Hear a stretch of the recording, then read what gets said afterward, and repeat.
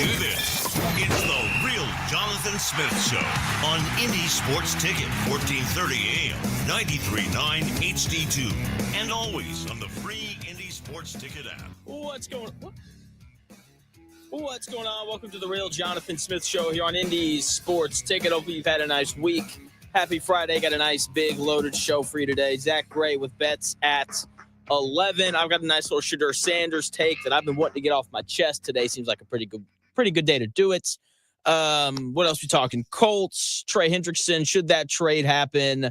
Purdue plays tonight. Indiana hosts Ohio State tomorrow. But we're starting the show with the one and only Zack Pereles of CBS Sports. Going to talk a little March Madness and a little bit of NFL offseason stuff as well. Zack, what's going on, man? How are you? I'm great. I always think March is the best sports month on the calendar, and we've already seen it get pretty fun, and it's going to get a lot more fun. It is. March Madness is, it's really already started. Arch Madness, the Missouri Valley Conference, their conference tournaments in full swing, as are others. I'm with you because just so much stuff happens. Obviously, there's March Madness, but we get free agency for the NFL. The NBA is in full swing. I want to start with March Madness. Which bubble teams do you like the most?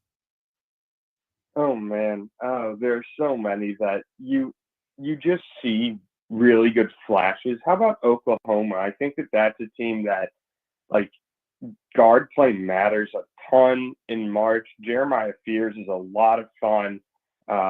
His last name should be Fearless. He's just such a fun player to watch. And obviously Porter Moser has made some March magic before when he was at Loyola. So I get that they can be frustrating to watch, and they have a lot of losses. They're only 18-12, but the SEC is just so brutal. It's almost one of these things where, you think that the competition is going to improve once you get to the postseason. The SEC is so loaded that some of these teams are just going to be happy that they're not playing regular season basketball anymore. But when you look at what Oklahoma's done, they just beat Missouri. They also have wins over Mississippi State and Vanderbilt and Arkansas. They beat Michigan in the non-con. So they also beat Arizona and Louisville in the non-con. I'm just going over everything that they did. I love, guard play is my most important thing. It's the reason that I really love some teams to go deep, but it's honestly more importantly, the reason that I will pick some of the nation's best teams to not go as far in March is if you don't have the guard play, you're in big trouble. But Jeremiah Fears, you have the guard play right there. They also have a senior in Kobe Elvis, who's a really good player as well. So you not only have that kind of star guard play, Jeremiah Fears may be a one-and-done guy, but you also have some experienced backcourt players as well. So let's go with Oklahoma. If they can make it, I think they can make some noise. Joined by Zack Pereles of CBS Sports, talking a little March Madness. So you bring up guard play, which I'm with you, very important in the NCAA tournament. We see it every single year. Indiana here as of late, they're getting a little more production from Miles Rice and Trey Galloway. It's why they've kind of turned things around. What do you make of them? Yeah, I struggle with Indiana, and I kind of always have, just because I think I just have issues with fundamentally how they play with two bigs, and I just don't love. I've never loved that. Under Mike Woodson, I just don't love it. But you're right; they have turned things around. And for a team with so many new pieces, I think that it's important to be patient with that, even though, in sports we always want right here, right now. I think it is important to be patient, and you're right. They have been better. Miles Rice has been better.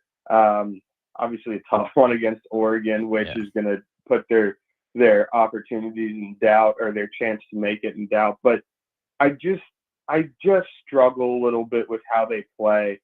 I think the ceiling just isn't high enough. That's my biggest issue, I would say, is they shoot almost no 3-pointers. If they get down early in the game, it's hard for them to come back. the Woodson thing, like him being gone at the end of the year, I don't know if that's like the players have rallied around and said, let's send him out on a high note. But overall, I just don't see it for Indiana. If they make it, I don't think that I'd have them making a run. Maybe I have them winning one of those early games, but I really don't think I would. I just struggle so much with kind of the way that they play. You don't have to shoot a ton of threes, but you have to shoot some, and you have to be okay at making them. Especially in a one and done tournament where the other team hits 6 or 7 threes, you've got to be able to hit more than a couple. So yeah. I just, I want to say Indiana, I believe in them more because there is plenty of talent, but just the way that they play, I kind of have an issue with. Yeah, I'm with you. Joined by Zach Pereles of CBS Sports, talking a little March Madness and Indiana and just kind of how they stack up. And, like you brought up the whole two bigs thing. They've gotten away from that a little bit, which is part of why they've played better. You bring up the shooting. Trey Galloway and Miles Rice have both shot it better here as of late. Luke Goody was a really good shooter at Illinois last year. He's continued to shoot well this year. So, like, all the reasons why they're winning games now is because of exactly what you brought up. Like they're making more shots. They're getting away from two bigs, except against Oregon. But that was a little weird. Like I feel like they had to, because Nate Biddle is just this huge tree in the middle of the floor whenever he plays. So I'm with you entirely in that. With that being said, like they're playing Ohio State tomorrow, 3:45 on CBS.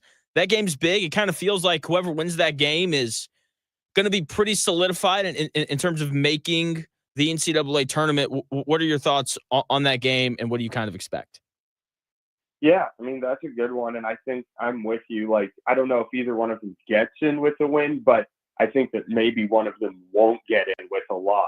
I mean, Ohio State, it's just like, I feel like there's this huge clump of Big Ten teams where they're all different, but they're all the same in terms of your, like, trust in them and their lack of consistency. And I think that Ohio State and Indiana are very similar.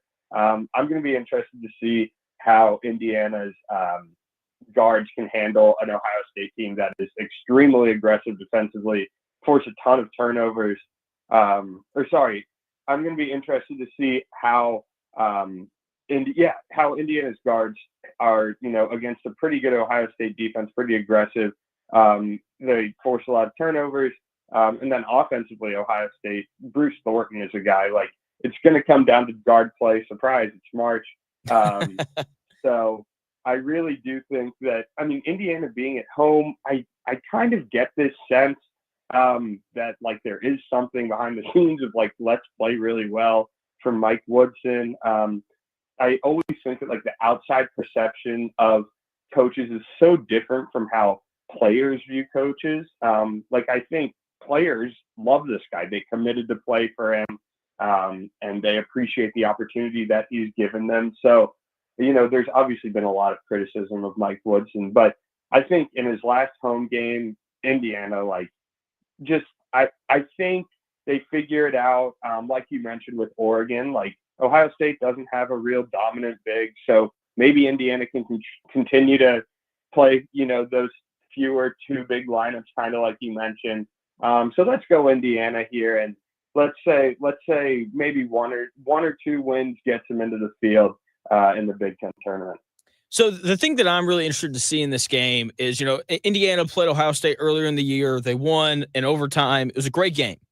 But Malik Renew didn't play for Indiana. He's an important piece for them. And Devin Royal didn't play for Ohio State. So I'm intrigued to see how those two guys kind of change the way that this game is played.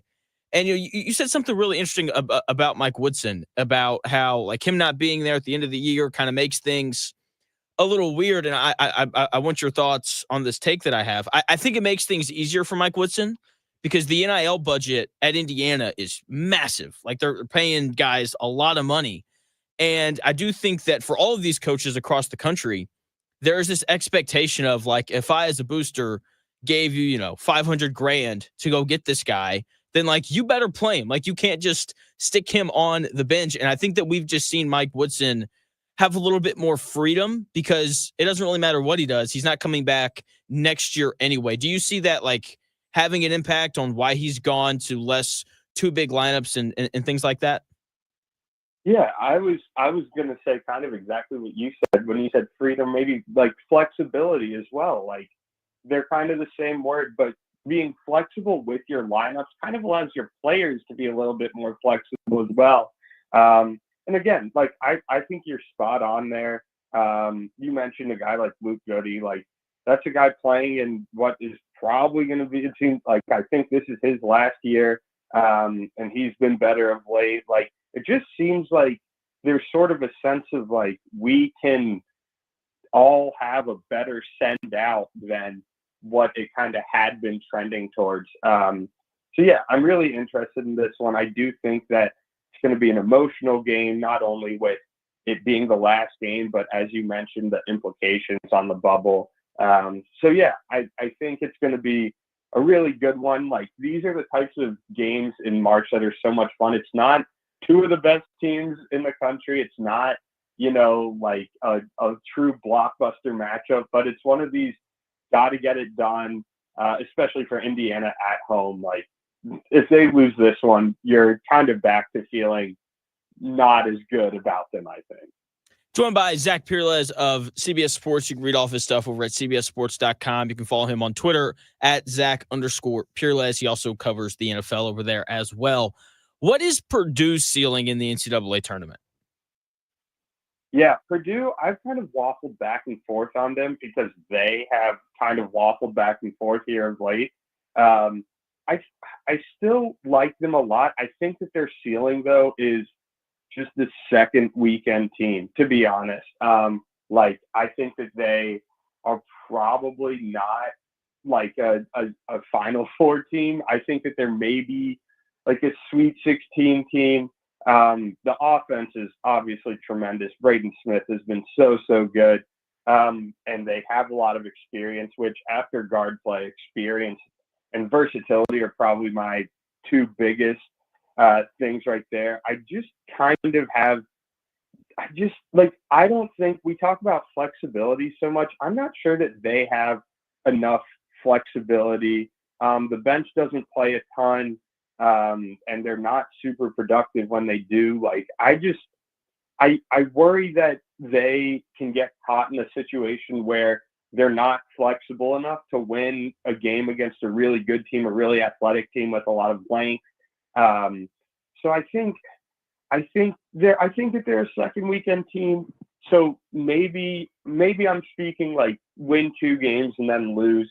It's just been a little bit too up and down for me of late. And you want to be playing your best basketball now. They're not exactly doing that. I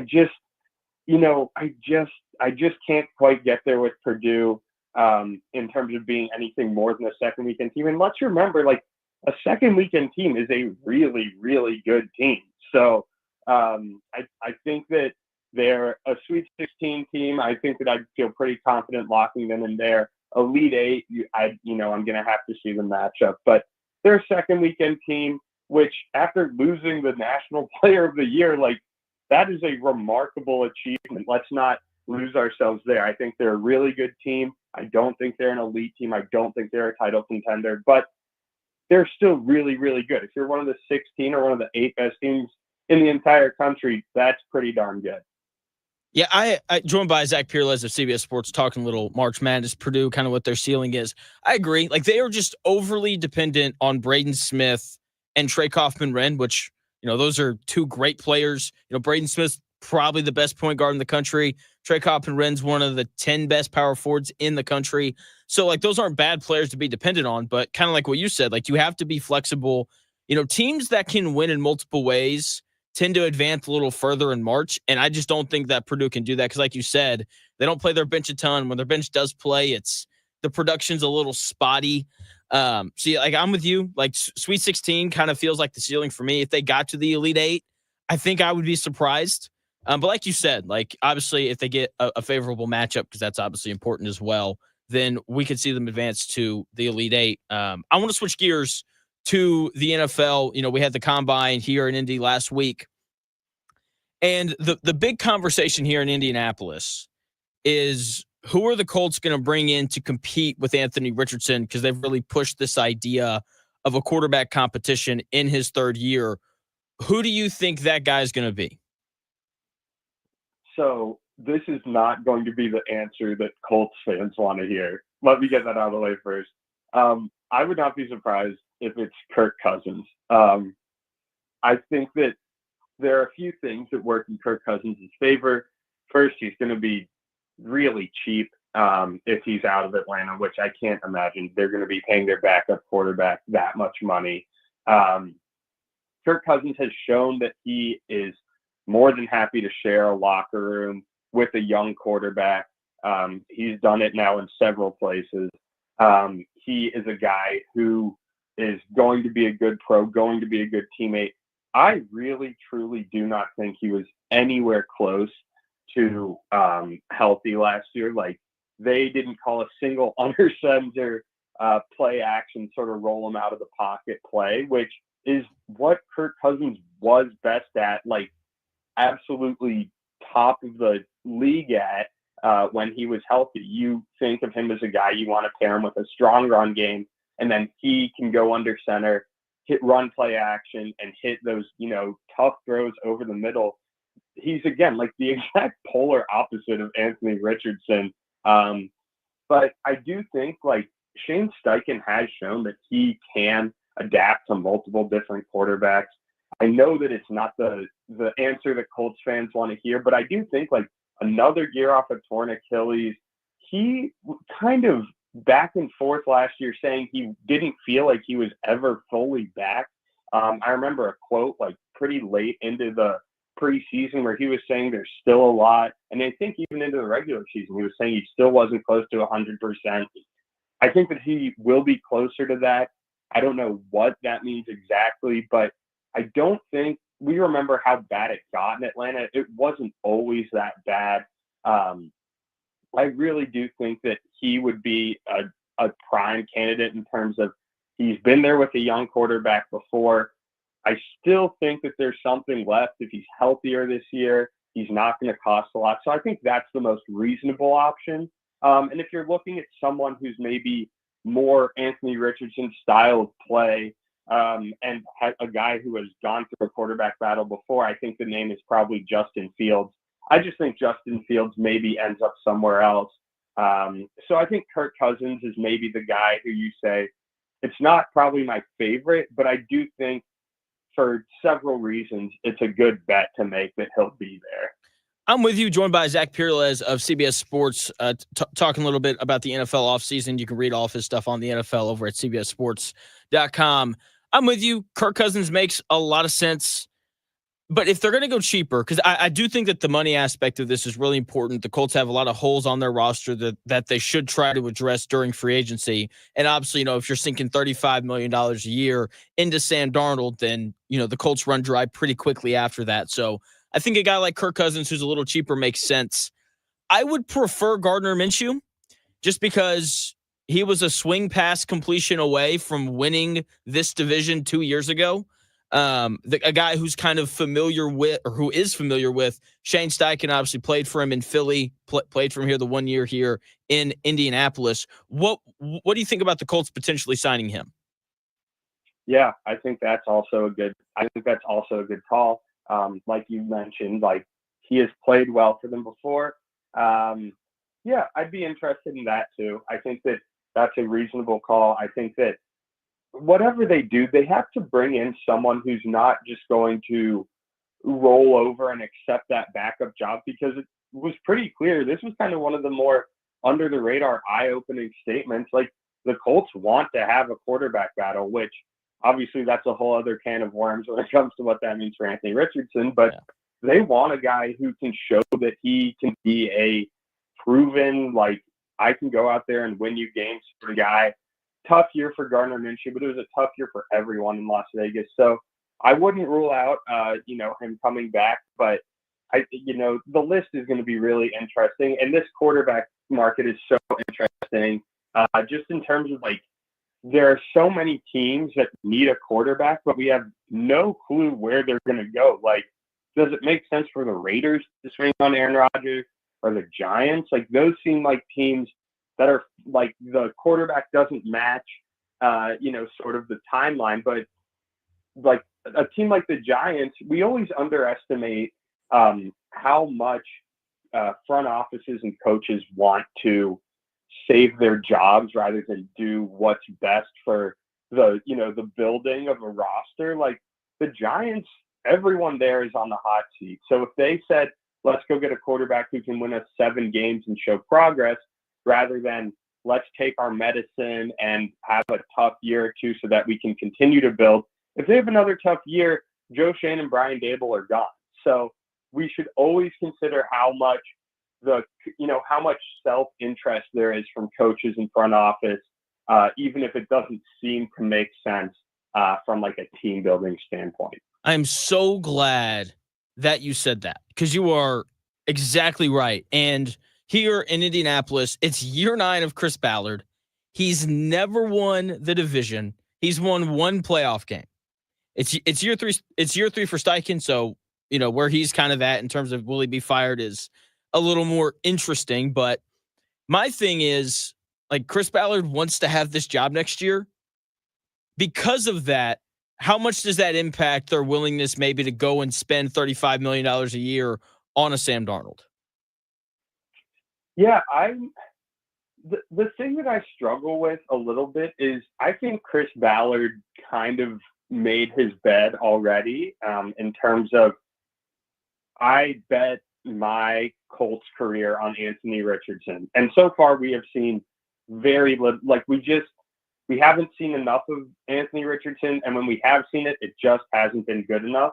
So I do think that maybe there's a chance to swing there and, make a big move, but kind of at the center of it, I still think Chris Ballard's like, we've got to see Anthony Richardson. We've got to see if we can make it work. This is the guy that I put my job on the line for. So if we can spend $35 or $35 million or even $35 to upgrade his supporting cast, I still think that that's the move. Like, I still think Chris Ballard is looking at this as, we'd like to have a quarterback competition and we'd like to see Anthony Richardson win it.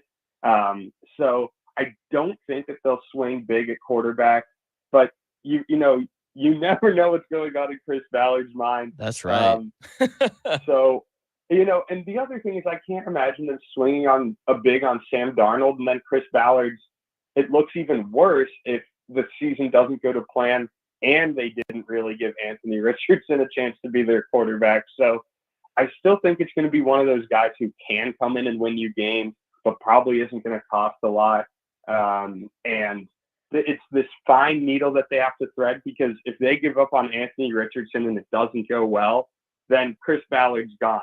If they stay with Anthony Richardson and it goes okay or even better, Chris Ballard's probably sitting there and thinking, hey, we have a guy that we can build around, and let's devote our resources that way. Yeah, that makes a lot of sense. And that's probably what's going to wind up happening. But desperation leads people to do some really weird things sometimes. But I do think that you're right. I ultimately think that Anthony Richardson will be the starter for week 1, at least this year. But I guess we'll have to wait and see what happens. Joined by Zach Pereles of CBS Sports, talking a little bit about the NFL offseason. Who should trade for Trey Hendrickson? Oh, man. The popular one is the team that I cover here, and that's the Commanders. I just don't really see it. I kind of struggle with, he is a great pass rusher. Like, do not get me wrong.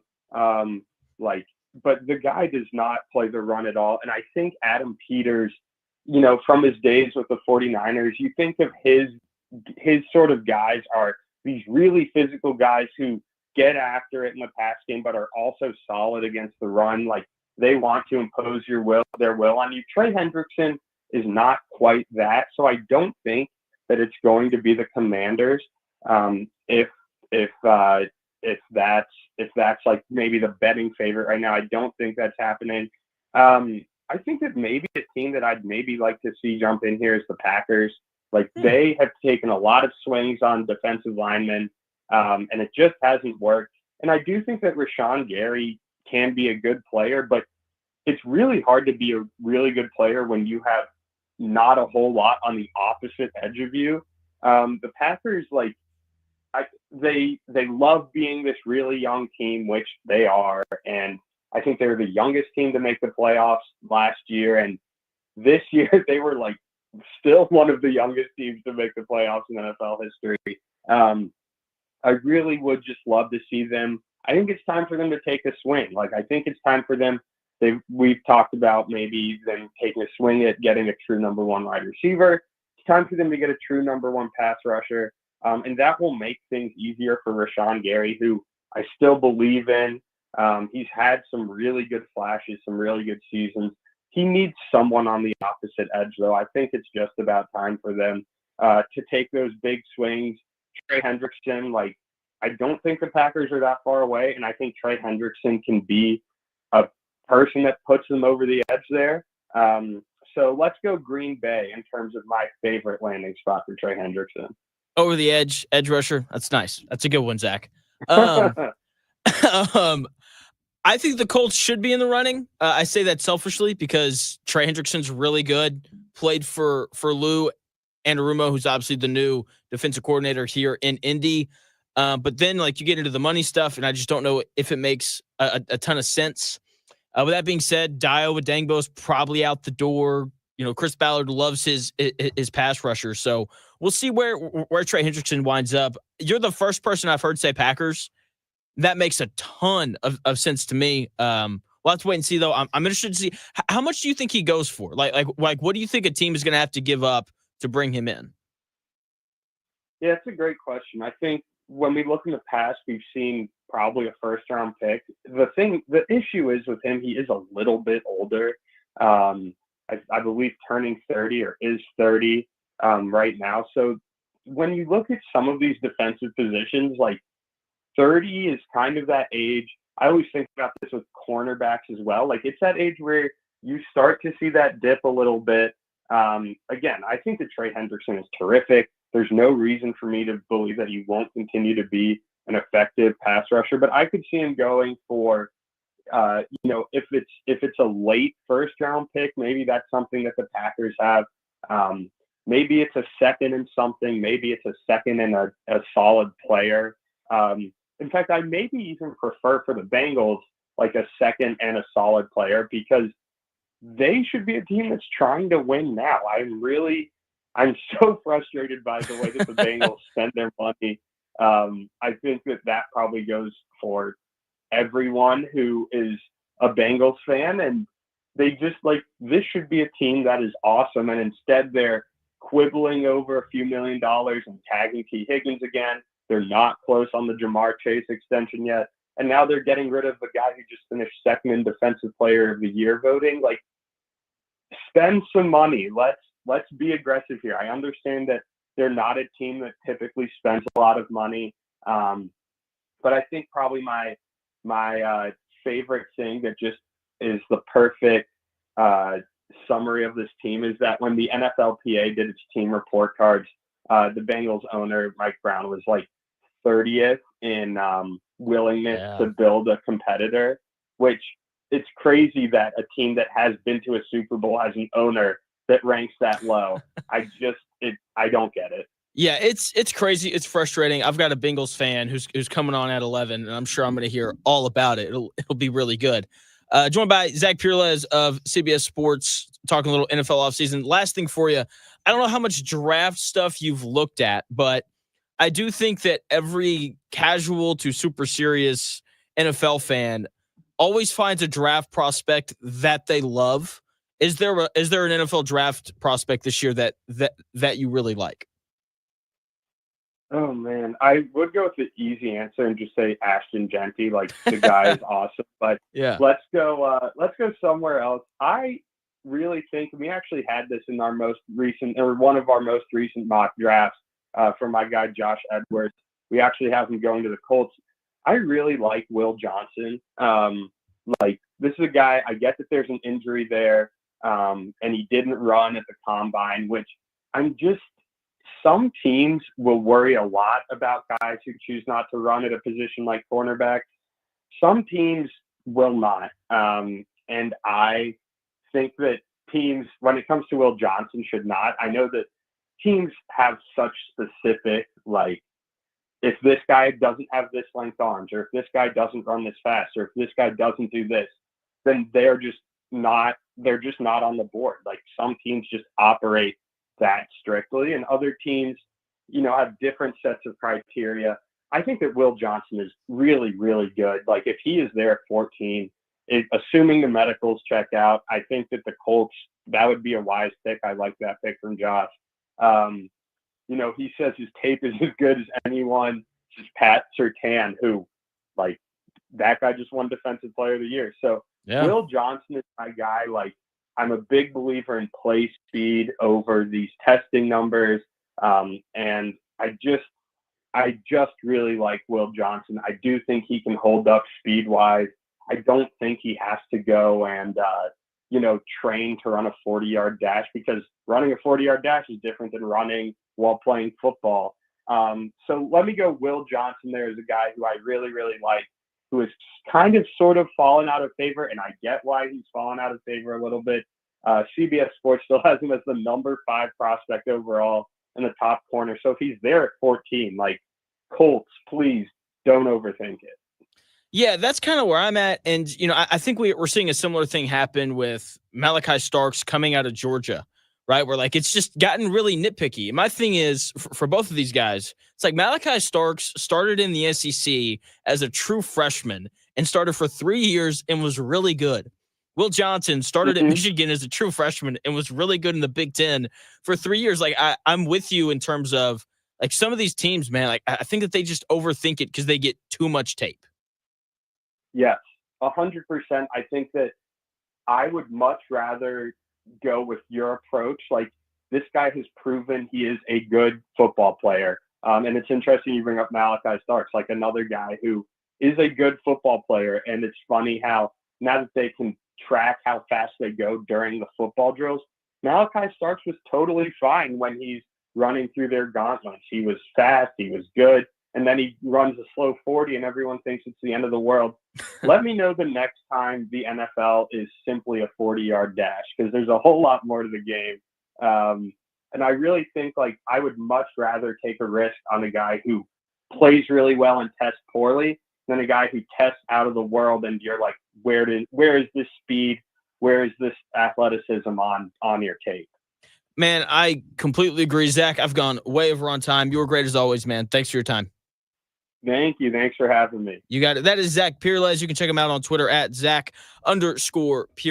He writes over at CBSSports.com, covering both the NFL and college basketball. Speaking of college basketball, Indiana, big game tomorrow against Ohio State. This game's going to be different from the first one for 2 reasons. I'll tell you what those are when we come back here in about 3.5 minutes.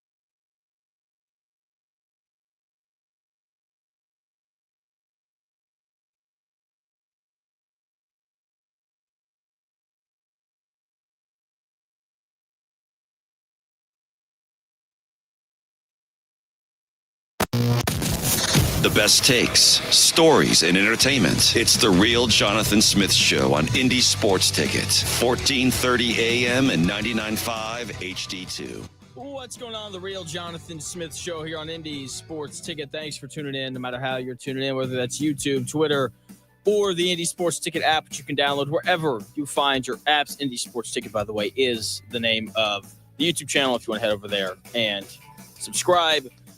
No Dan Dockett show today, so I've got your Moondrops Distillery Sure Shot of the Week coming your way here in about 15 minutes or so.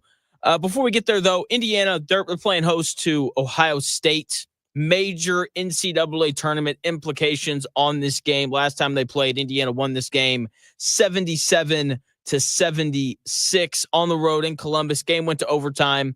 Game was weird. Malik Renew didn't play. This is right after the Luke Goody "don't switch sides" quote when we get it turned around. Still not sure if they've turned it around yet or not. I don't know. Ohio State didn't look great in that game until the final 4 minutes where they went on this 10-4 run to tie it up. Indiana, they were up 5 with 2.5 minutes left, and they didn't score again until overtime. Like I said, like the ending of that game was just brutal for Indiana, but they found a way to win. In overtime, they scored a whopping 6 points in 5 minutes. It was enough because Ohio State only scored 5. So if you don't remember, Luke Goody played really well in that game, hit 4 of 7 threes, finished with 23 points. Omar Ballo, dominant, 21 points, 15 rebounds. 8 of those rebounds were on the offensive glass. Cannon Carlisle played his only good game of the season. So it was good. Indiana won that game, and then they went on to lose their next 5. That is Indiana basketball for you right there. So that's the thing that I'm intrigued to see, because Indiana's playing a lot better now than they were then. Because Indiana, they've figured some things out. They're defending better. Miles Rice, Trey Galloway have both started playing a lot better. When you have 2 point guards, when you constantly have a point guard on the floor who can run the offense, help you get good shots, and is also good defensively at the point of attack, then you tend to win more games. And that's what we've seen with Indiana. And they're about to play against this Ohio State team that has a couple really good guards, like Bruce Thornton. He's their leading scorer, averaging 18 points a game. Ask Purdue fans about him. Jeez, that dude's good. John Mobley Jr., that guy's good. They both tore up Indiana the last time that they played. Thornton had 22 points. Mobley had 18. So how do Miles Rice and Trey Galloway defend those two guys? That's what I'm intrigued to see. And do they keep making shots? Miles Rice is 6 of 13 from 3 in his last 4 games. That's 46%. Trey Galloway he's 7 of 19 from 3 in his last 4 games. That's 37%. And with Indiana, there are 2 things that you just know about them. Malik Renew is going to score and rebound, and Omar Ballo is going to score and rebound. Indiana will always, or they've gotten production from their front court all year this year. Okay? And it's because those 2 players, Malik Renew and Omar Ballo, are good. Okay, they rebound well. Omar Ballo defends the rim. They're the 2 leading scorers for Indiana this year. They are always going to get production from those 2 guys. It's the other guys that haven't really shown up. And during this, slightly more positive stretch from Indiana, they've won games because Miles Rice and Trey Galloway have both showed up and played really well. Luke Goody, during this stretch, has hit some big-time shots. And all of this has to continue if they want to beat Ohio State tomorrow at 3:45 on CBS. Okay, Malik Renew and Omar Ballo, they have to continue to do the bulk of the work. But those guards, your Miles Rice and your Trey Galloway, they have to continue to make a couple important appearances during the game in order for them to win. Okay, that is the recipe for Indiana to beat teams. Okay, Omar Ballo, Malik Renew kind of lead the charge, but you get those short cameos from Trey Galloway and Miles Rice where they have a really good 2-minute stretch. Okay, that is what they need in order for them to win. The other thing about this game that is going to be different, Ohio State didn't have their second leading scorer the last time that they played Indiana. Devin Royal, big sophomore forward. He's supposed to play tomorrow.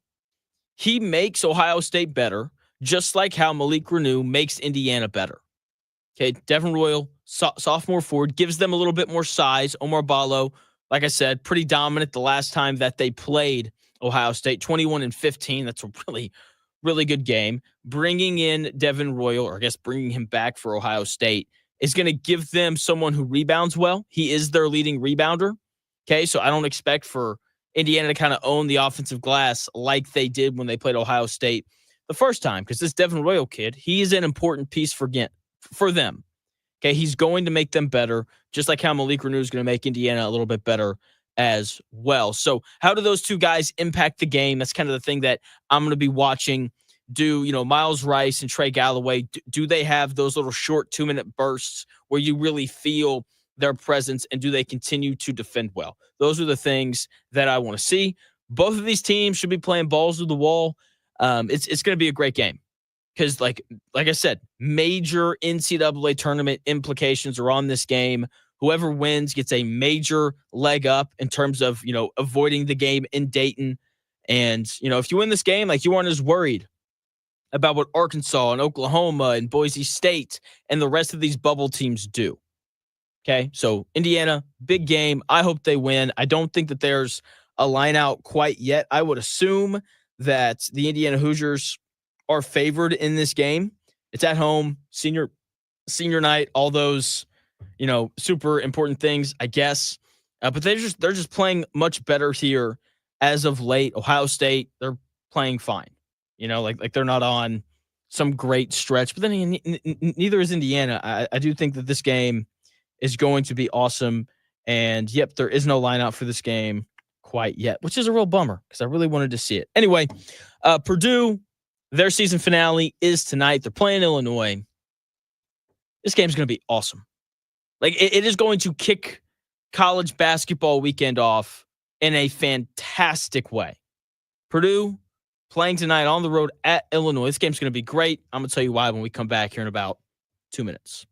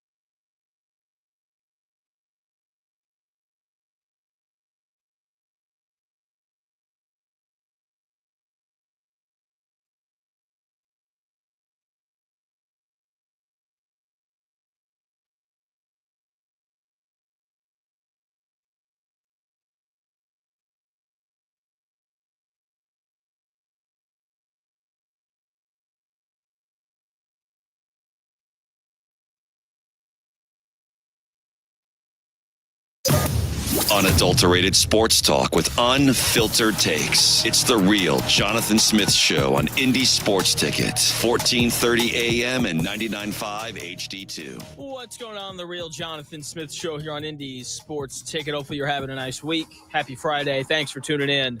No matter how you're tuning in, whether that's YouTube, Indy Sports Ticket, if you want to head over there and subscribe. Maybe you're watching on Twitter, __ Jonathan Smith, if you want to follow me over there. You can also listen via that Indy Sports Ticket app, which you can get wherever you get your apps. Purdue tonight at Illinois, 8 o'clock start. Can't wait for this game. This game's going to be awesome. Off the chain, yo, as some might say. Okay? Both of these teams are in incredibly similar spots. Illinois recently lost 3 games in a row. Okay, they lost to Michigan State, then they played Wisconsin, and they lost that game because they were sick. And then Duke did to them what Illinois did to Indiana earlier this year. Duke beat them 110-67. Just walked in there, gave them a nice little whooping, and said, we'll see you again next year. Maybe. If you guys want to play us again. You probably don't after that. And then everyone became concerned about Illinois. You know, this team that people view it as like they can make a Final Four run. Was all of a sudden like, ooh, like, are they even good? They're going to be like a 9 seed, and it wasn't good. But now they've won back-to-back games going into this game against Purdue. And in like dominant fashions. They beat Iowa by 20. Then they went to Ann Arbor, and they beat Michigan by 20 on the road. And all of a sudden it's like, oh yeah, they're just fine. Illinois is going to be okay. Brad Underwood has everything under control. Purdue, very similar spot. They lost 4 in a row. Indiana beats them by 15. They only scored 21 points in the second half of that game. Everyone becomes concerned about Purdue. Oh no, they've lost 4 in a row. Braden Smith, too much on his shoulders. Matt Painter, is he overrated? I don't know. No one said that. I'm sorry. No one said that. But that's what it felt like people were saying, right? People became overly concerned about Purdue and just ignored all the other great stuff that they've done this year. And they ignored the fact that they have the best point guard in college basketball and one of the 10 best power forwards in college basketball. Okay. And then eventually they get back on track. They beat UCLA at home by 10.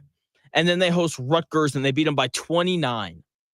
So both Illinois and Purdue have had these big swings in terms of how people have viewed them in these past few weeks of like, are they good too? Oh, wait, never mind. Yes, they are very good, and they're probably going to win a tournament game or two.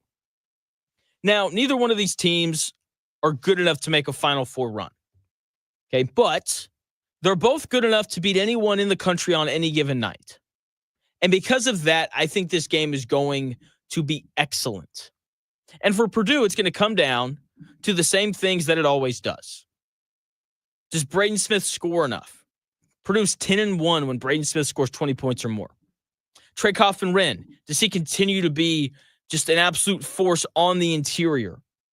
Okay, because if he is, then, Purdue's going to score a lot of points, and they're going to have enough offense to beat you.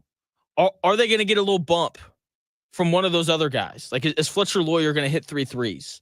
Is CJ Cox going to find a way to score 8 points? Is Jakari Harris going to come in off the bench and continue to shoot the ball well like he's done during the Big Ten play? Miles Colvin, is he going to have like a 2-minute cameo where he scores 6 points in 2 minutes?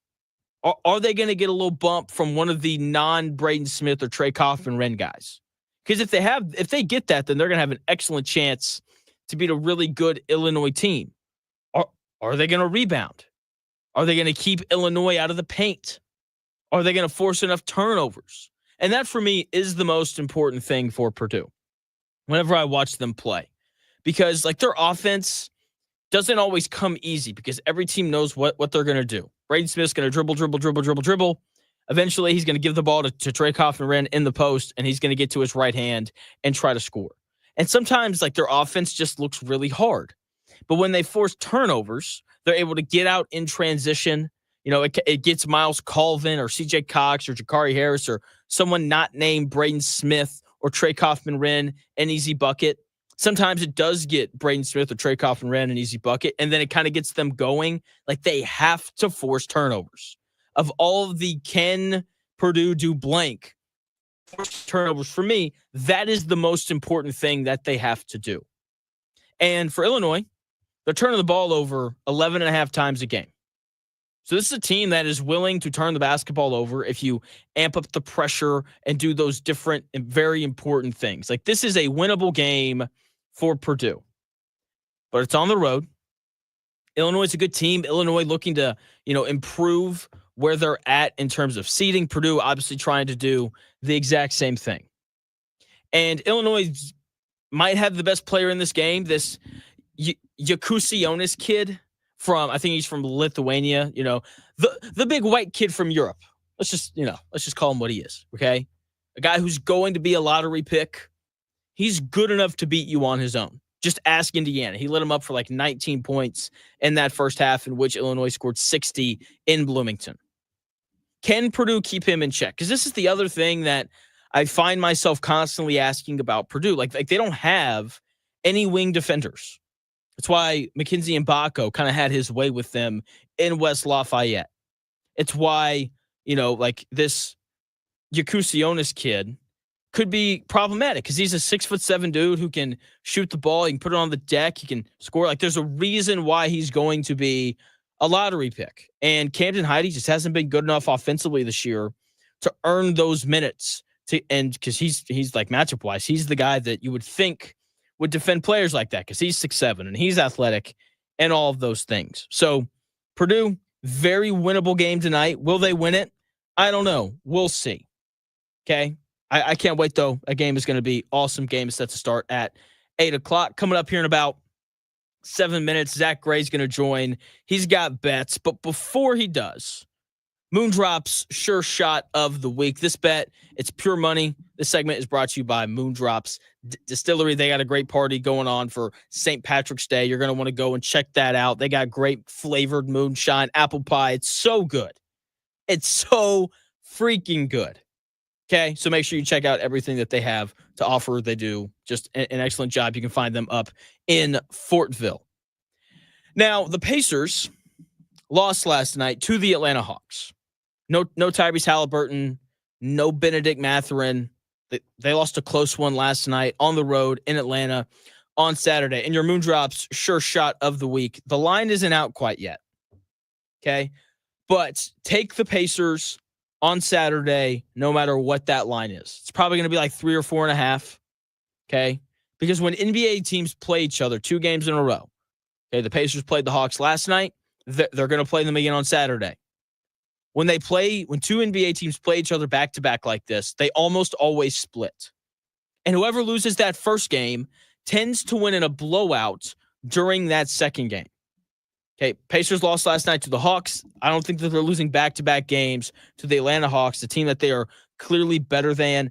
The other part of this that I think is really going to impact the results of that game, Tyrese Halliburton and Benedict Mathurin didn't play last night. Tyrese Halliburton should hopefully be back playing again tomorrow. That will obviously have an impact. That plus the loss, so Halliburton's return plus the fact that they lost to the Hawks last night, leads me to believe that the Pacers win by like double digits tomorrow on Saturday when they rematch the Atlanta Hawks in Atlanta. That is your Moondrop's sure shot of the week. We're going to run it by my guy, Zack Gray, when he joins the show here in about 5 minutes because he's going to have bets as he always does. He's a professional sports gambler. And then I tweeted something that he didn't really agree with about LaMelo Ball. We'll probably discuss that as well. Zack Gray is set to join the show with bets here in about 5 minutes.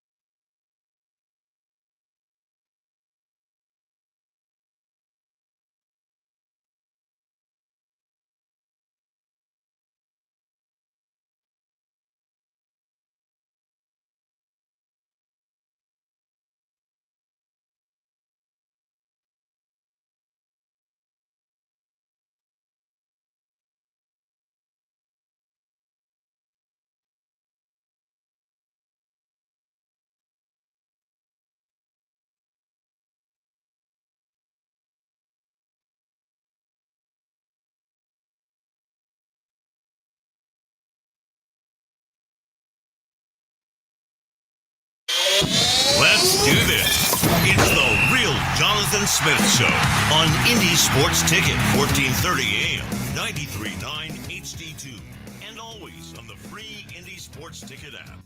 What's going on? The Real Jonathan Smith Show here on Indy Sports Ticket, starting hour number 2 off with a little bang here. The one and only Zack Gray, ZG the Grapevine on Twitter. Check out the Patreon link there where he sells tools to help you make better bets. Zach, what's going on, man? How are you? Jay Smith, what's up, man? It's a beautiful day. I'm so happy it's March. People don't understand that we're heading into one of the best sports weeks of the year, and I'm not even talking about the NCAA tournament. I'm talking about the conference tournaments coming up here in 2 weeks. Arch Madness. What do you mean 2 weeks? Arch Madness is on right now. The Missouri Valley. Let's go. That's actually a little foreshadowing for what I got for you guys today. Okay. But before you give me what you've got, I want to give you what I've got. Okay. Mm-hmm. So tomorrow, Zach, if you want to make a little bit of money, the line isn't out yet, but I'm assuming it's going to be like 3.5, 4.5, maybe 5.5. The Pacers play the Atlanta Hawks. You should bet the Pacers because they played last night. Atlanta won. And I feel like in these like back-to-back same team things that we have happen in the NBA now, the team that loses the first matchup always wins the second in a pretty prophetic fashion. What do you think? I like it. I think it's hard to. I don't think the Hawks are that great. I think the Pacers are the hometown team here, so I have to root for them. I'm actually wearing my Pacers hat today. Nice. So, throw data out the window. I don't have any. I'm going straight gut, and I'll follow you. Let's go. All right. College basketball, though. What you got going on? All right. 1 p.m. tip. So 2 hours from now, this will be my first play of the day. By the way, the Grapevine, since last time we talked, I said things were a little rocky. We're kind of on fire right now. We went 6-0 Thursday on Wednesday. We've had, several winning days now, so we're on fire. So we'll start today at 1 p.m. Drake and SIU. We're going to go over 127. Over 127, Drake, Southern Illinois. Okay. Sounds good to me. I watched Southern Illinois play yesterday for the first time. And yeah, I would bet the over in every game that they play. They can score. Well, Drake is a little they play a little slower pace. I understand why the total is what it is. But you're right. I think Southern Illinois kind of speeds things up, not a whole bunch, not to where it's like a 150 total, but I think they speed things up enough just for us to hit that total of that over 127. I think my model has it here at about, let's see, I have it at 131.5. So about 5 points or 4 points of value there. But yeah, I don't think it gets super high scoring. I think the last time they met, I think they went over. They went over the same number. It was 75-65. So I trust it. I think, adrenaline in these conference tournament games, you get a little more juice. I think you could see a fast start. Expect a similar result, 75-65. My model has it 70-61, so pretty close. Nice. I like it. Joined by Zack Gray. You can check him out on Twitter at ZG the Grapevine. You can check out the link in his bio to his Patreon where he sells tools to help you make better bets. And as he said, he's been doing pretty well here as of late. Zack is also from Ohio. He is a big Ohio State fan. Indiana playing against. I got one more. Oh, you got one more? One more for you. Oh, let's go. Yeah. Bonus round. I love a good old fashioned state championship game. Whenever two teams in the same state play, I love it. This is more for who has the better Dakota. So this one is North Dakota State, South Dakota. Oh, let's go. In the Summit quarterfinal. We're in Sioux Falls, South Dakota for this one at 7 p.m. Give me North Dakota State -2.5. This one's kind of confusing to me. I obviously make sure that I check injury reports, status updates before I place my bets. I'm not seeing any significant injuries that haven't already happened and teams haven't already gotten adjusted to. My model has North Dakota State -6.5, and the line's 2.5. So a ton of edge on the favorite here in North Dakota State. Give me them -2.5. It's a little weird. I know that there's some people that are on South Dakota State +3 or +2.5. They are 7-3 in their last 10 against the spread. But I just think North Dakota State's the better basketball team. And I think they kind of they turn it on here in the conference tournament. They're a 21-game winner on the season. I think they're just a better team. I think they'll show it tonight. And that 2.5 is, some could call that a trap line. I'm not falling for it. Give me the Bison. All right. I like it. I'm going to go bet it right now. Joined by Zack Gray, ZG the Grapevine on Twitter. Check out his Patreon where he sells tools to help you make better bets. Zack, also a big Ohio State fan. Big game, NCAA tournament implications tomorrow, 3:45 on CBS. Ohio State playing against Indiana. So the big thing for me in this game that I'm paying attention to, that I wanted to ask you about is, where'd it go? I got lost in my notes. Gosh dang it. There was a forward for Ohio State who didn't play in that last game. Devin Royal. There it is. How big? Yeah. How important is he for Ohio State? Because he didn't play in that first game between Indiana and Ohio State, a game in which Indiana won in overtime. The thing about Ohio State basketball is I really, besides Thornton and I'm blanking on his name, but the freshman, like all of their roster is pretty much like the same guy, just playing different positions. They're all within like 3 or 4 inches of each other. I think Devin Royal is a good player. I don't think it has too much of an impact. Ohio State is what it is. They have some talent. They have the ability to win games against good teams, but they also have the ability to lay eggs against bad teams. So I don't think when it comes to an Ohio State matchup, I don't think it is on one specific player.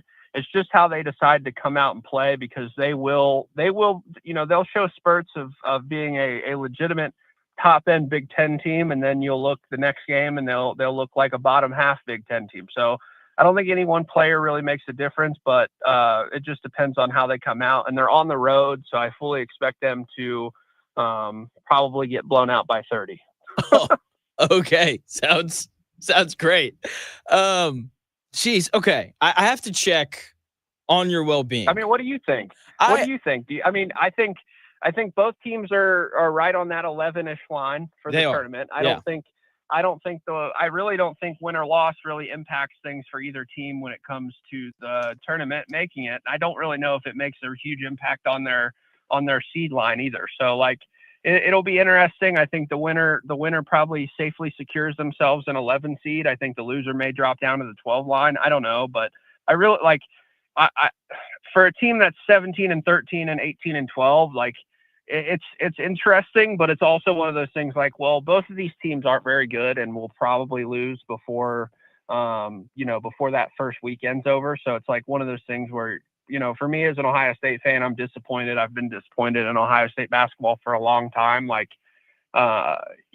They just frustrate me. And I'm pretty sure Indiana fans feel you could just replace everything I said for Indiana and it would be the same exact vibes. It would be, even though I do think vibes are a little higher over here right now. They have won 4 out of their last 5. Couple good wins in Arkansas the last time you did that. Yeah, you're right. Yeah. That was brutal. But then, they beat Vandy the other night and I felt a lot better about myself. Joined by Zack Gray, professional sports gambler. You can check him out on Twitter at ZG the Grapevine. He's got a Patreon linked in his bio where he sells tools to help you make better bets.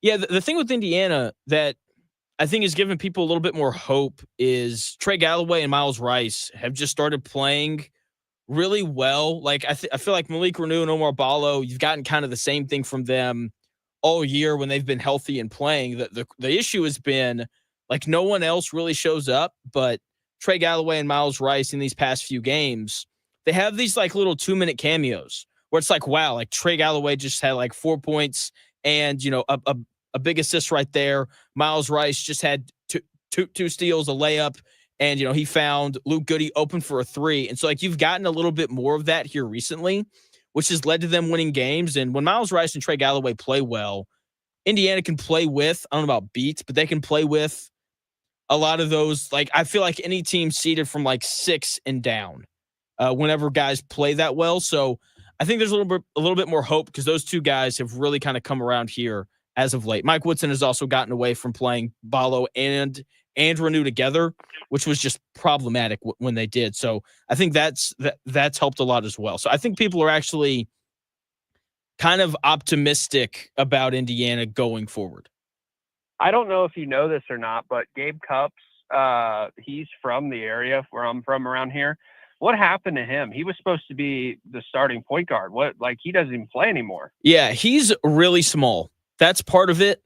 And he was labeled as this guy who was going to come in and shoot the ball really well. And he didn't. He hasn't shot the ball very well. And that and being undersized is tough. You said what? Do you think he transfers? Yes, absolutely I do. Even though he's going to you go. You got it. I was just going to say he's going to transfer and go to some mid-major school, and he's going to pop back up his senior year, and he's going to average 20 something. He just seems like that type of guy. I hope you're right. He gets free reign. He gets free reign to just shoot as many threes as he wants at a small school with the big recruiting pedigree in Indiana, and he's just going to be the Wade Taylor for a UAB or something like that. Cupps is apparently injured as well. I didn't realize that. I just he hadn't played all year, and so I think it's more of his lack of ability opposed to him being hurt. But I agree. I wanted to ask you, are you okay? Because the Bengals, man, it's brutal right now. Trey Hendrickson probably going to get traded. Are you okay? Yeah, I'm okay. I think I've kind of got, this. We talk a lot, and you see kind of what people are saying. I feel like all the things that people are saying now are things that I was saying, months ago. Yeah. I kind of saw this coming. I know there's two options for me with that front office. One, they're grossly incompetent and out of touch, and don't really know how to run a high level NFL team when it comes to roster management. Or two, it's something more sinister, and they really are just trying to maximize profit for themselves and not actually worried about putting a winner on the field. In either case, it's inexcusable, it's bad, and it's bad for the city, it's bad for the fans, it's bad for the players. But at the end of the day, this is kind of the path that I saw this heading down a while ago. And if you trust your front office, you see this Trey Hendrickson news come out where he's able to seek a trade and all that, you would think, okay, well, good. They're going to use the money that they would sign Trey Hendrickson for to make sure Jamar and T. Higgins are locked up long term. But with the gross incompetence, you can't trust that, because we've heard ever since they let go of Jesse Bates and all of their ancillary defensive pieces and all of that stuff. We've heard Joe Mixon. We've heard that they're freeing up money to sign these guys, and not a single person has been signed to a long-term deal. They just keep waiting it out. So there's no trust between the fan base and the front office at this point. You're not getting any credit from me for signing Joe Burrow to an extension. If you didn't do that, obviously, you don't deserve to have that job. That's the most obvious thing. Me and you could walk into the Bengals facility and make sure that Joe Burrow's re-signed. I'm not giving you any credit for that, but we've heard this song and dance for freeing up money to sign other important pieces, and then it just keeps dragging on. And we're at a point now where we're going to see the implosion. I think there's going to be some true, real problems, not just reporting on Twitter and guys seeking trades. I think we're going to see some issues with Jamar and Burrow and some of the top guys, because this is it really is inexcusable, and it's frustrating. I just had a conversation with one of my buddies today, and it just feels so, you just feel hopeless, and you know what should be done, and it never happens. And it's just sad, man. It sucks, because they're the core of their roster, the nuts and bolts of their roster is one of the best in the league, and they don't have a front office that's able to produce a roster that can compete when they should be competing. I mean, I saw something yesterday. I don't know if you saw this, but both Jalen Hurts and Joe Burrow both got contract extensions at the same time. The Eagles have signed 8 players for $40 million plus extensions. The Bengals have signed, I think, maybe 0 or 1. It's just, it's insane. It's crazy, and it bothers me. But, like I said, I've seen this coming for a while now. And I think now just just now people from across the country outside of the fan base are starting to see for what it is.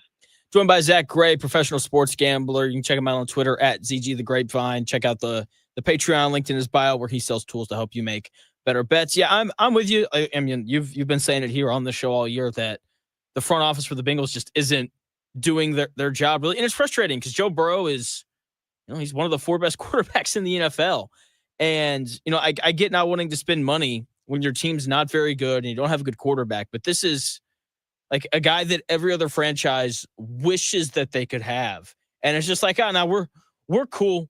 We're going to let everyone else leave. I am curious, though. Who do you think makes the trade for Hendrickson, and what do you think he goes for? I don't know about the trade. My theory is that they're going to try to go after Bosa, Joey Bosa. Sam Hubbard just retired. I think they'll probably try to get cheaper with Joey Bosa. I'm not sure about the trade value for Trey Hendrickson, because as soon as you tell someone and you leak it out to the media that the guy's okay to request a trade, his value immediately tanks. So another smart move there. But yeah, I mean, I think Trey Hendrickson could get a couple draft picks. I don't think they could get a first-round pick for him just because he is on the other side of 30 coming up. I think he's 30 now, turn 31 next year. So he isn't a spring chicken. So I could see maybe a second and a fourth or 2/3 or something along that lines, which would be fine. And, I'm cool with them trading him if they use the money that they would have spent on him for a Jamar extension or a T. Higgins extension, or, someone in the back end of the secondary where they're spending money. Like, the money has to be used wisely. It can't just not be spent. And that's kind of the path that they've been on, is saving this money for so-called contract extensions, and then it's never spent. So, yeah. Colts do the same thing. They're at the top at available cap space every year, and it's like, we're gonna make a splash, and then it never really happens. Someone who's not on the other side of 30. It's a pretty, spry chicken. Is that the right term? Spring chicken, but yeah. Spring chicken. LaMelo Ball. So for listeners who don't know, I sent out this tweet yesterday, I think, about LaMelo Ball. It was reported that he wants a trade so he can be in a winning situation. And I was pretty much just like, I think wherever LaMelo Ball goes, it immediately becomes a losing situation. My good friend Zack Gray here disagrees with me, which I'm kind of surprised by. I feel like we're usually on the same page with this kind of stuff. So give me a baseline. What is it that you like about LaMelo? Oh, I don't know, that he's 6'7", plays point guard, 41% from the field on high volume shooting, 83% free throw shooter, 5-6 rebounds a game. Like what is there not to like about him? He's what, 23 years old? If this was anyone else that wasn't a Ball, you would not feel this way. Yeah. Sorry, that was funny. Once again, joined by my good friend Zack Gray, ZG the Grapevine on Twitter. Here's my issue with him. First and foremost, he doesn't play very much. I think he struggles to stay healthy. And you're right. Like the dude is so talented. Like you said, 6'7". His vision is awesome. His stop-start is arguably the best in the NBA. The handle is crazy. Okay?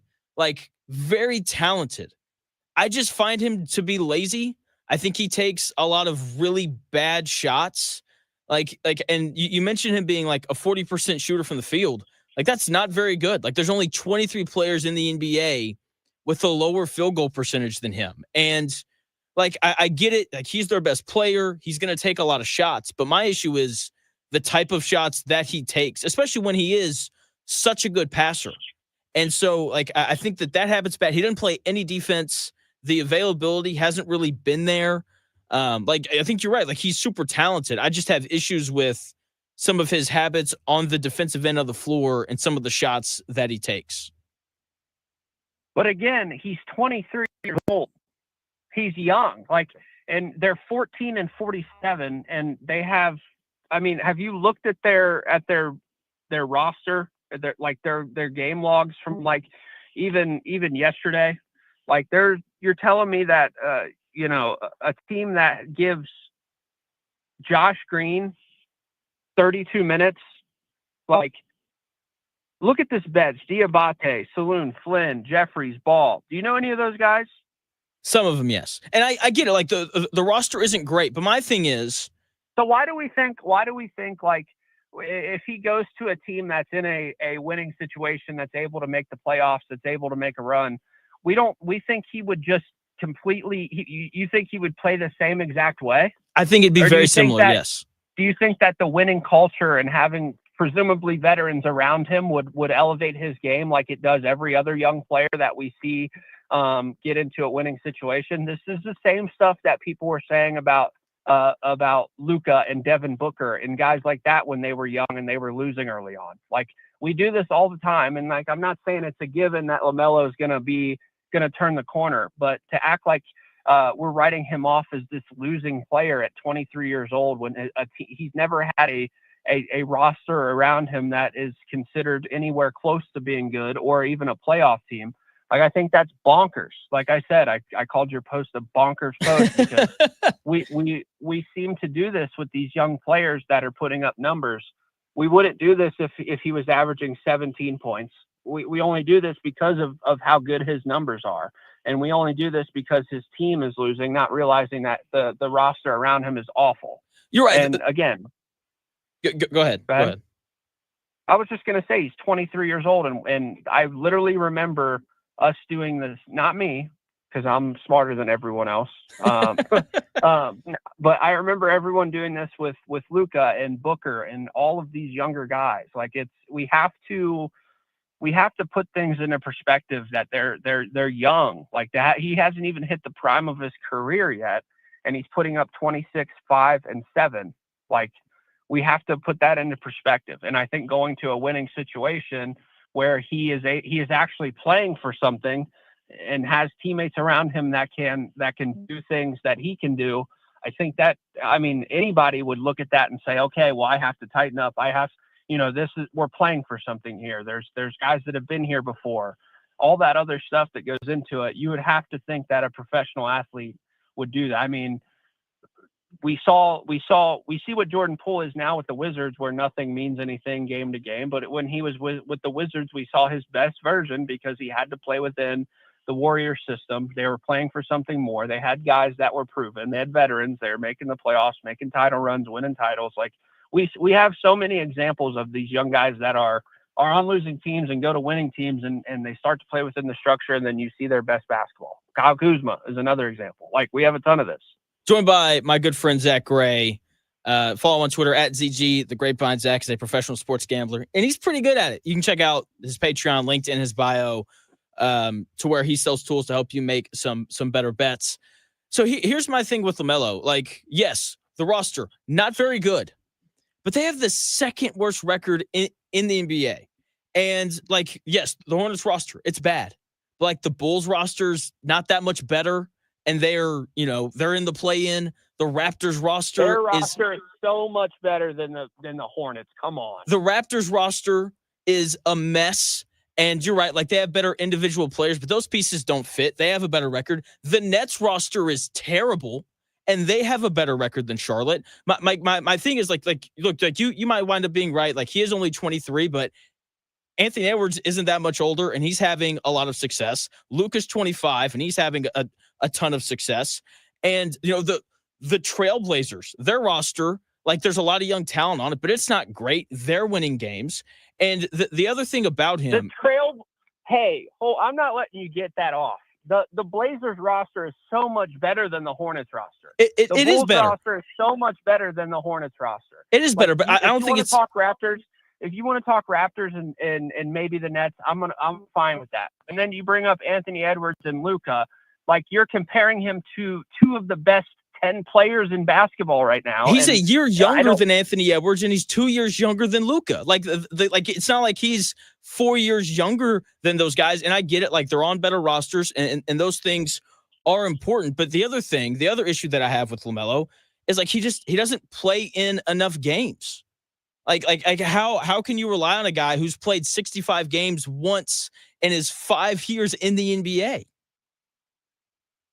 Well, we do that with everyone. Like it's like you could say that about Luka this year, and you could say that about Embiid. Like all of these guys miss games. Like when we can't really fault, we can't use that as a marker of whether he's a good player or not. It's like his, those two are two different things. This is his 5th year in the NBA, and he's probably going to surpass it this year. But in his first 4 years, he played 40 games once. Like that has to matter, because like if I'm going to build my franchise around you, like I have to be able to rely on you to be able to play. Is that not a fair thing? You don't think any of that comes in? You don't think the record and the poor success of the team plays into him not coming back as soon as he probably could have? Like we see this where guys get hurt, the season is over for them. They're not making the playoffs, and they get shut down longer than they would be. You think if he was on a winning team that he wouldn't have played through some of that stuff? I mean, sure, he might have, but even when he plays, the Hornets are like 96 and 128. Like that's not great. Team. I get They're it. A bad team. You're expecting him to carry the Hornets roster? Is that the expectation? Because if so, you're subconsciously putting him above where you're saying he is. If that's your expectation, that's your expectation for him, then you're literally saying that he is as good as I'm saying he is, but you're saying he's not. Like, but that's the thing. If he was as good as you're saying that he is, they wouldn't be 96 and 128 in the games that he's played in. Why wouldn't they? What other team with a roster like that is making the playoffs with anyone? Do you think if you put Anthony Edwards on the Hornets, they're making the playoffs? You can't compete for the play-in in a terrible Eastern Conference. I would expect them to not have the second worst record in the NBA like they do right now. You're putting one of the worst rosters in basketball on one guy's shoulders. Isn't that what we expect from great players?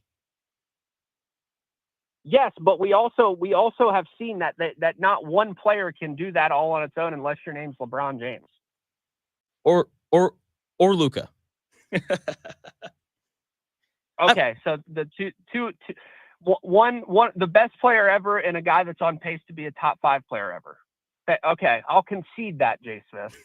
I'm just saying that, like, if because like, look, you're right. Like, the dude is very talented, but I mean, look, like you've watched Charlotte play. Once again, joined by my good friend Zack Gray. I promise we are friends.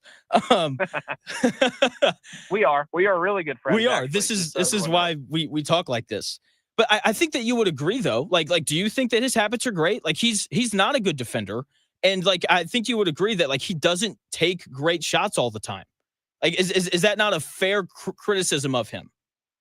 Right, but that doesn't mean that that doesn't mean that he won't get better and that a good situation wouldn't kind of clean that stuff up. And it also doesn't mean that he's always going to be that way. And that also the egregious point, the main point is that whatever situation he goes to is going to be a losing situation because he's on the roster. That's That's insane. Until he fixes those habits, though, like, wouldn't you agree? No, I think that if he was on a good team with better players around him, with something to play for, I think you would still see those habits, but I think you would see the best version of LaMelo Ball, and we haven't seen that version yet. Just like any other young player that has the ability that he has that goes into a situation where they're not winning. There's bad habits that have to get ironed out that you don't get away with at the NBA level. And even with all those bad habits, look at the numbers he's putting up. So we can't immediately write off the idea that if he goes into a situation that's better than the Hornets, that some of that stuff wouldn't get cleaned up and we wouldn't see his best basketball. We say that for everyone else, like that's young. Like I said, if his name wasn't LaMelo Ball and he didn't have any affiliation to the Ball saga, we wouldn't be having this conversation. We would be excited to see him in a winning situation. But because we saw him when he was a kid at Chino Hills and the TV shows and all that stuff, we have this preconceived notion of what he is. Not only as a basketball player, but as a person when it comes to his work ethic and things. And we don't understand that he's literally young. He's 23, and all that time he was a kid, and he's still maturing. He's still growing. He's still learning basketball. Like, I think it's ludicrous to write him off as a losing player for the rest of his career because he's on one of the worst rosters in basketball in the last 5 years. Joined by Zack Gray, professional sports gambler. You can check out his Patreon, linked in his bio, at ZG the Grapevine on Twitter, where he sells tools to help you make better bets. But it's year 5 though. Like you don't think that some of these issues would have been at least somewhat improved by now? I think they are. I think it's obvious that they are. You think it's obvious that they are? Why? His scoring has gone up. He's constantly giving you, the numbers of, 7, 8 assists a year, 6 rebounds. Like the numbers are there. And I think the idea that he is regressing or isn't turning the corner is wrong, because he's obviously is he the only, Bridges, I guess, but he's not really gonna he doesn't do the things that LaMelo does. Besides him, LaMelo is the offense, it runs through him. He's the guy, he's the point guard. He has to shoulder the playmaking and the scoring. And even with all that, at 23 years old, in the National Basketball Association, he's putting up these numbers. Yeah, it's not translating to wins because, like I said, 55 times now, the roster isn't good, but he has so much responsibility on that team, and is still shouldering the load that he is when it comes to his numbers. Like I said, did you say this about Devin Booker his first 5 years in Phoenix? No, but at least he played in games. And the other thing with LaMelo, really quickly, last point I'll make, I'll let you make one, and then I have to go. He takes 22 shots a game. If you take that many shots, you should average 26. Is that not a fair thing? I don't think so, because then every player on a bad team could average 26. Then he's clearly not just another guy. Come on, you can at least say that. I will admit that. I think we've seen really talented players come into the NBA and it not translate to winning. And I just think that LaMelo, and look, you're right. It's early. I could be very wrong. And if I am, you can come back on the show wrong. And you can call me dumb. As of right now, I'm right, because he hadn't won anything. He's barely won. Yeah, I mean, sure. If that's how we want it, you will be definitely wrong. We'll see. I'm very excited now. I'm watching the Hornets the rest of the year. Can't wait. It's going to be great. I wouldn't do that. I don't recommend that. I don't either. It's kind of a snooze fest, but I don't know. I love talking to you, dude. This was so much fun. This is great. I try. One more time, because you've been on for 35 minutes. You want to give us those bets one more time before you take off? Yeah, we got Drake, Southern Illinois at 1 p.m. today, so get that in, over 127. And then North Dakota State -2.5 against South Dakota tonight at 7 p.m. Cool. Dude, thanks for your time. That was a lot of fun. When does MLB The Show come out? I think next week. I pre-ordered it. I'm excited for it. My buddy Michael got me back into it, getting excited for it, so I can't wait. Nice. All right, man. I will talk to you soon. See you, bro. See you, Jay Smith. That is Zack Gray, really good friend of mine, I promise. Really good sports gambler. Check him out on Twitter at ZG the Grapevine. When we come back here in about 4 minutes, no more discussion around LaMelo Ball. We're going to talk Indiana playing host to Ohio State. What's going to be different about this game compared to previous ones? And we'll talk about that when we come back here in about 3 minutes.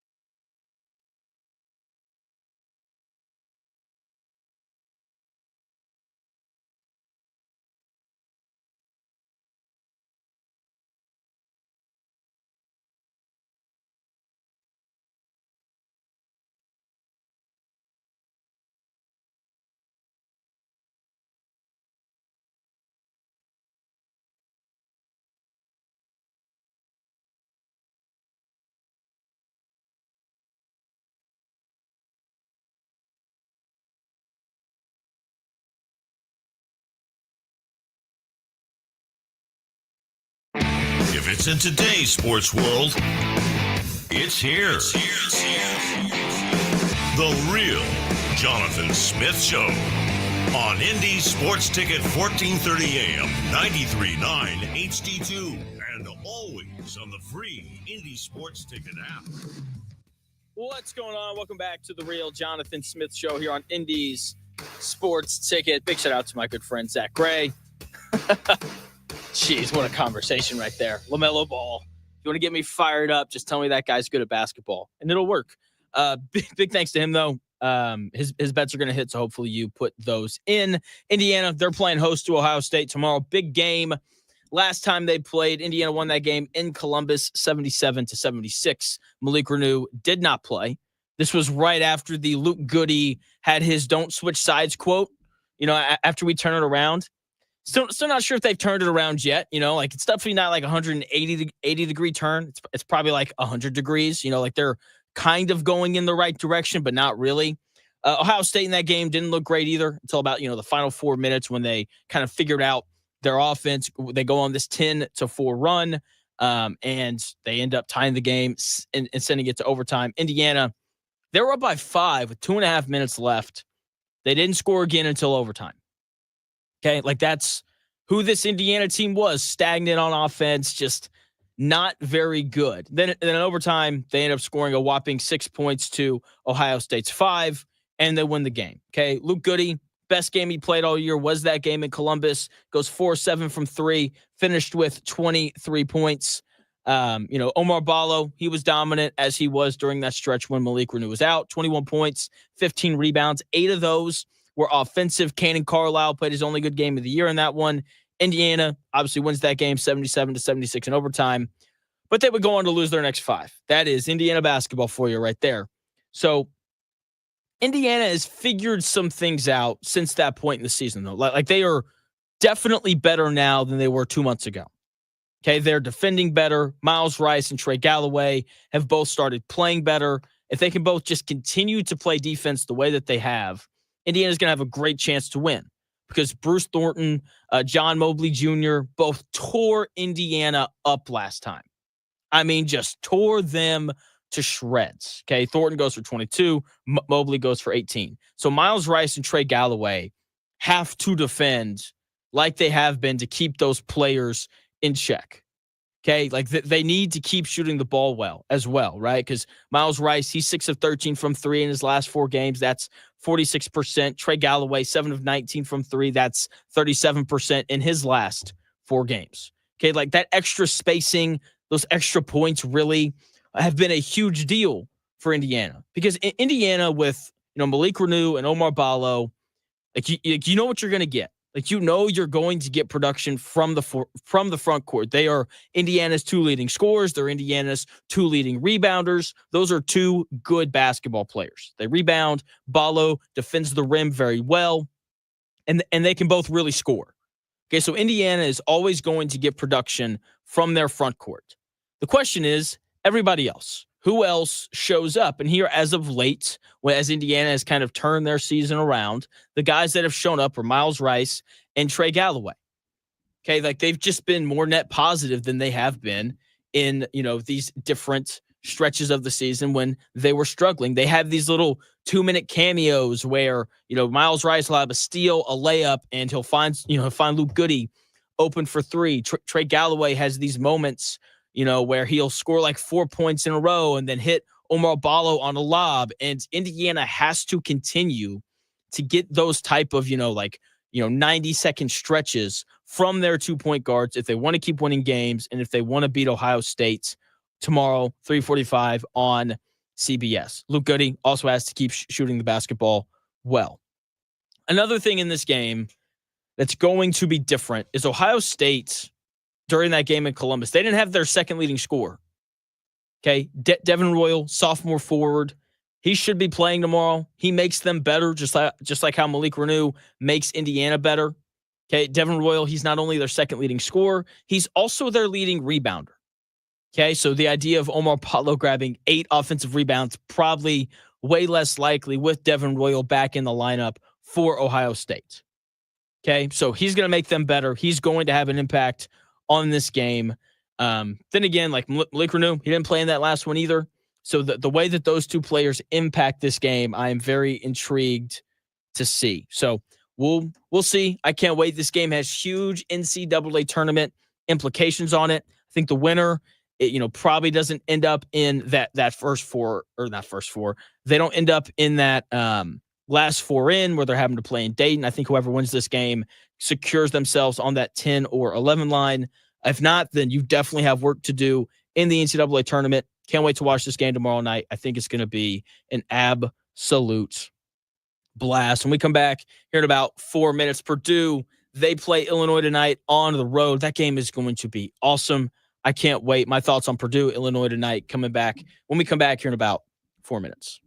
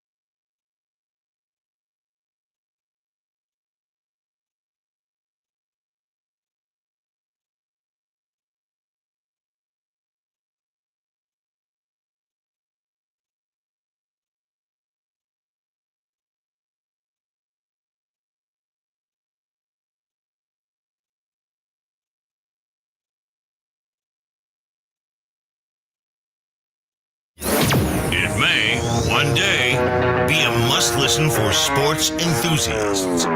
Yeah, and monkeys might fly out of my butt. Uh-oh. The Real Jonathan Smith Show on Indy Sports Ticket 1430 AM, 93.9 HD2, and always on the free Indy Sports Ticket app. Welcome back to the Real Jonathan Smith Show here on Indy's Sports Ticket. No Dan Dockett show today. He's out. He is in St. Louis supporting his son, Illinois State. Let's go Redbirds. Anyway, since he's out, the Moondrops Sure Shot of the Week, brought to you by Moondrops Distillery, falls into my hands. Make sure you check them out. They're in Fortville. Okay, they're putting on a great event for St. Patrick's Day, which is right around the corner. Make sure you go and you check all that out. It's going to be absolutely fantastic. So your Moondrops Sure Shot of the Week. Also, make sure you check out their flavored moonshines. The apple pie, it's good stuff right there. So Moondrops Sure Shot of the Week. Go ahead and cash this bet. Okay, the line is not out yet. Don't care, though.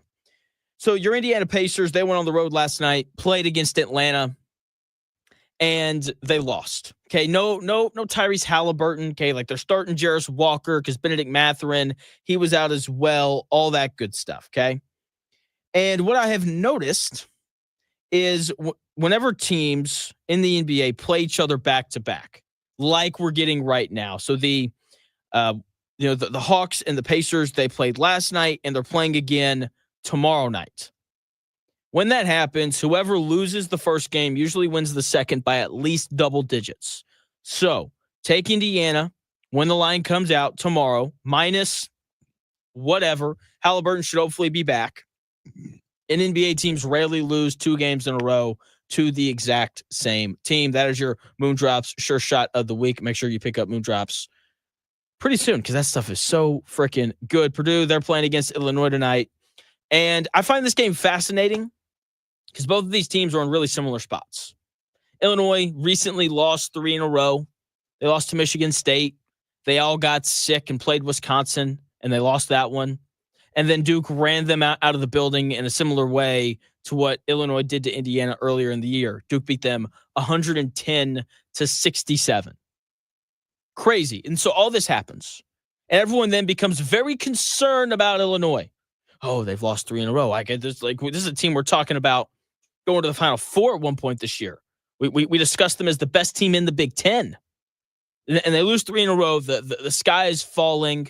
But now they've won back-to-back games, and they look pretty good again. Okay, they beat Iowa by 20. They beat Michigan on the road by 20. And then you have Purdue. Pretty similar, right? They lose 4 games in a row. Indiana beats them by 15. They only scored 21 points in the second half of that game. And everyone became concerned about Purdue. Oh, no, like what are they going to do? They don't have enough outside of Braden Smith. Braden Smith dribbles the basketball too much. They got to get it out of his hands. You know, all that stuff starts being said. But everyone's calmed down because Purdue responded as Purdue does. They beat UCLA by 10, and then they crush Rutgers by 29. And we know that both of these teams are good. Illinois is a good basketball team. Like they are good enough to make it to the Sweet 16. Purdue, that's a good basketball team. They're good enough to make it to the Sweet 16. But they're both probably not good enough to make it to the Final Four. They're both good enough to beat anyone in the country, but they probably won't, right? So this game, I think, is going to be excellent. I think they're very evenly matched. Illinois is favored by 4.5 last time I checked. And this game is going to be like every other Purdue game. Okay, like just make your list of questions. Does Braden Smith score enough? They're 10-1 when he scores 20 points or more. Does Trey Kaufman-Renn continue to be this force on the interior offensively? 3rd in the Big Ten in points per game, by the way. Do they get a bump from one of the other guys? Does Fletcher Lawyer hit 3 threes? Does C.J. Cox find a way to score 8 points? Does Kari Harris or Miles Colvin give them a little boost off the bench? Does Cam Heide finally start shooting the ball well? Do they get a little bump from somebody? Do they rebound well enough? Right? Because that's always a point of contention for Purdue, undersized, all that stuff. Do they keep Illinois out of the paint? Because we know that they can't protect the rim. Do they force enough turnovers? Those are the 6 things. And if the answer to all 6 is yes, then they win. If the answer to 5 of the 6, if the answer to the 5 of the 6 questions is yes, then 80% chance that they won. If the answer is yes to 4 of the 6, then it probably lost. Okay, and for them though, I think the most important thing that has to happen for them to not only beat Illinois, but everyone that they play is the turnover thing. Do they force turnovers? Because turnovers get them easy buckets, right? It gets Braden Smith a layup, and then you look up and all of a sudden he's hit 4 shots in a row, right? It gets CJ Cox or Fletcher Lawyer or Jakari Harris involved in the offense, right? Like it helps them see the ball go through the basket, and all of a sudden, they finish the game with 10 points on 5 of 7 shooting. Okay, like because they need things like that. And the good news for them going into this game tonight against Illinois is that Illinois will turn the basketball over. Okay, they will turn the basketball over. Right, they're averaging at about 11.5 turnovers per game. Purdue can work with that. CJ Cox, little full court pressure. Braden Smith using his instincts to force some turnovers. They can do it. This is a winnable game for Purdue, but it's on the road against an Illinois team that is good. Okay, this Jakusionis kid from Lithuania is a bucket. Okay, that freshman's going to be a lottery pick. He's good enough to beat you. Just ask Indiana fans when he hit like every 3 that he took in the first half of that game in Bloomington. Purdue has to keep him in check. How they do that, I have no idea because they don't really have any 6'7" wing guys to defend him. Okay, so we'll see what it looks like. I am very intrigued. I like this Purdue team. They figured things out, but so has Illinois. Obviously, NCAA tournament seeding's on the line. Both of these teams are going to get in. The question is, what seed are they going to be? Like, does Purdue work their way off the 5 line? Do they wind up being like a 4 seed, or maybe they win this game and they go on a nice little tournament run in the Big Ten and they end up a 3 seed? That'd be great for them. They need that. Okay, and and for Illinois, I think last time I checked, they're like a projected 9 seed. Like they don't want to be a 9 seed because then you're playing a 1 seed. You're playing Auburn in the second round, and no one wants to play Auburn in the second round. I don't think anyone really wants to play them at all. I think they're like 8.5 point favorites against Alabama this weekend, who's a pretty good basketball team. So, great game tonight. It's going to be awesome. I'm going to take Purdue. I think that they just play really well tonight, and I'm going to take Indiana tomorrow when they play host to Illinois. Once again, that game tips off at 3:45 on CBS. Purdue, they tip off tonight, 8 o'clock on Fox. It's going to be a magnificent game. Can't wait. It's going to kick the college basketball weekend off correctly. No Dan Dockett show today. He is in St. Louis supporting, Illinois State, where his son coaches. So best of luck to Illinois State tonight. My show is over. I'll be back on the air Monday from 10 to noon, as I always am. We'll talk, Indiana's hopefully win over Ohio State, and we'll talk Purdue's win over Illinois as well. Hopefully, obviously, we got to wait and see. Have a nice weekend. I will talk to you Monday starting at 10.